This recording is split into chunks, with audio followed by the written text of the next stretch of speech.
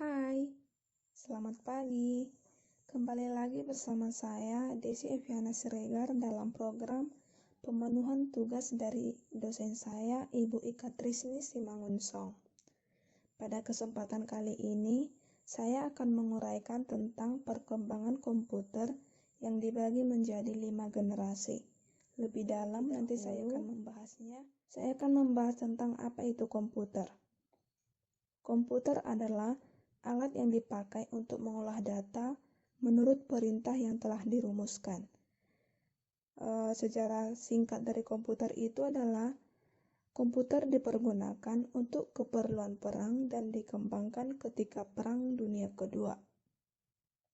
Sejarah komputer dimulai oleh Charles Babbage pada awal abad ke-20 yang mencetuskan gagasan untuk menciptakan mesin analisis yang kemudian memungkinkan untuk melakukan penghitungan sekelompok angka secara otomatis.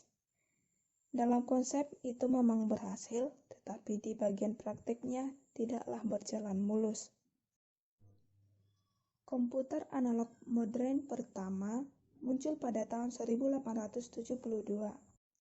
Mesin yang ditemukan oleh Sir William Thomson ini merupakan sebuah perangkat untuk memprediksi sebuah komputer analog modern yang mampu menyelesaikan beberapa persamaan menggunakan mekanisme perputaran roda dan cakram. Puncak dari penciptaan komputer analog ini tiba pada saat H.L. Hazen dan Vannevar Bush menciptakan komputer analog yang lebih kompleks, di mana perangkat ini bahkan bertahan hingga tahun 1950 dan untuk berbagai keperluan khusus seperti pendidikan dan penerbangan sebelum tergusur oleh kehadiran komputer digital. Nah, selanjutnya mari kita bahas tentang perkembangan komputer. Sejarah perkembangan komputer dibagi menjadi 5 generasi, yakni yang pertama, generasi pertama dengan kurun waktu 1946 hingga 1959. Yang kedua, generasi kedua dengan kurun waktu 1959 hingga 1965. Generasi ketiga dengan kurun waktu 1965 hingga 1970. Kemudian generasi keempat dengan kurun waktu 1971 hingga 1980. Dan yang terakhir adalah generasi kelima. Generasi kelima ini adalah komputer yang telah kita gunakan pada masa sekarang ini atau yang sedang berjalan. Baiklah, kita masuk ke komputer generasi pertama. Komputer generasi pertama yang dalam kurun waktu 1946 hingga 1959 ini dikenal dengan nama komputer ENIAC, merupakan akronim dari Electric Numerical Integrator and Computer. Hal-hal yang ada pada komputer pada generasi ini adalah yang pertama, komputer masih banyak mengeluarkan panas. Yang kedua, komponen elektronikanya terbuat dari tabung hampa udara atau vacuum tube. Yang ketiga, program dibuat dalam bahasa mesin atau machine language yang programnya tersimpan dalam komputer. Yang keempat, pengoperasian membutuhkan kekuatan listrik yang cukup besar. Yang kelima, kapasitas untuk penyimpanan data sangat kecil dan terbatas. Yang berikutnya, programnya menggunakan bahasa mesin dengan kode 0 hingga 1 dalam urutan tertentu. Lalu prosesnya relatif lambat, kemudian memiliki ukuran dan bentuk yang sangat besar, sehingga dalam peletakannya memerlukan ruangan yang cukup besar pula.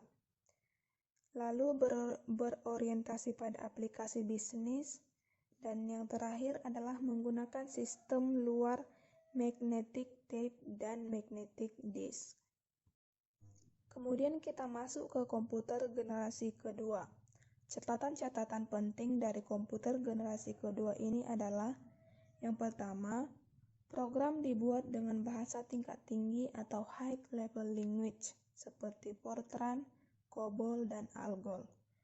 Yang kedua, Kapasitas penyimpanan utama atau memori sudah lumayan besar. Yang ketiga, sirkuitnya adalah transistor. Kemudian ukuran dan bentuk fisik komputer lebih kecil dibanding dengan komputer generasi pertama.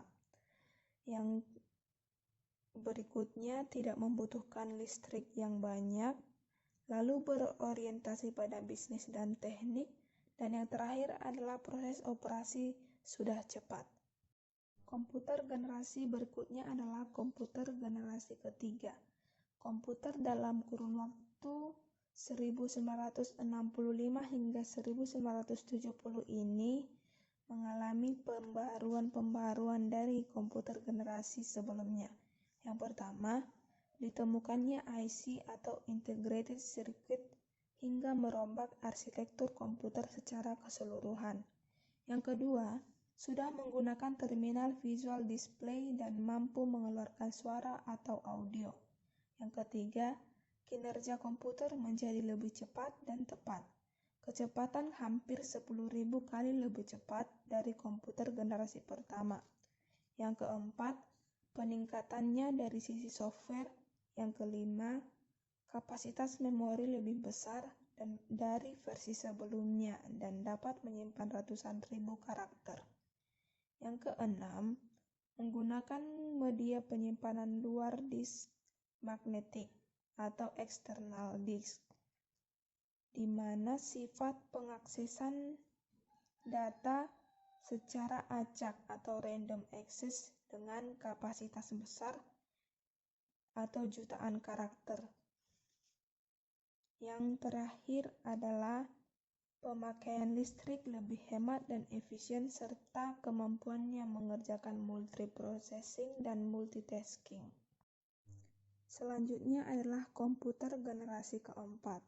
Komputer generasi keempat dengan kurun waktu 1971 hingga 1980 ini mengalami beberapa pembaruan. Yang pertama, dikembangkan komputer mikro dengan menggunakan mikroprosesor dan semikonduktor yang berbentuk chip bulat memori komputer. Yang kedua, penggunaan Large Scale Integration atau LSI atau Bipolar Large Scale Integration, yaitu pemadatan IC menjadi satu buah chip. Berikutnya komputer generasi kelima. Komputer ini merupakan generasi terakhir yang kita gunakan pada masa sekarang ini. Catatan-catatannya adalah: pertama, munculnya mikroprosesor dan semikonduktor. Perusahaan-perusahaan yang memproduksi mikroprosesor merupakan Intel Corporation, Motorola, Zilog, dan lainnya. Yang kedua, komputer sudah menggunakan standar PC atau Private Computer. Perusahaan yang dianggap sebagai ahlinya dalam pengembangan komputer ini adalah Intel dan Microsoft. Microsoft resmi menjadi standar internasional untuk software dan hardware komputer. Pada sekarang ini berkembang sudah komputer yang bergerak yang dinamai dengan laptop. Nah, komputer yang awalnya dahulu berbentuk tabung ukuran besar, kini telah berubah menjadi perangkat kecil yang bahkan bisa dibawa kemana-mana. Teknologi memang telah membuat manusia untuk terus berinovasi dan menciptakan penemuan-penemuan terbaru melalui pengetahuan yang telah dimiliki. Oke, sekian. Terima kasih.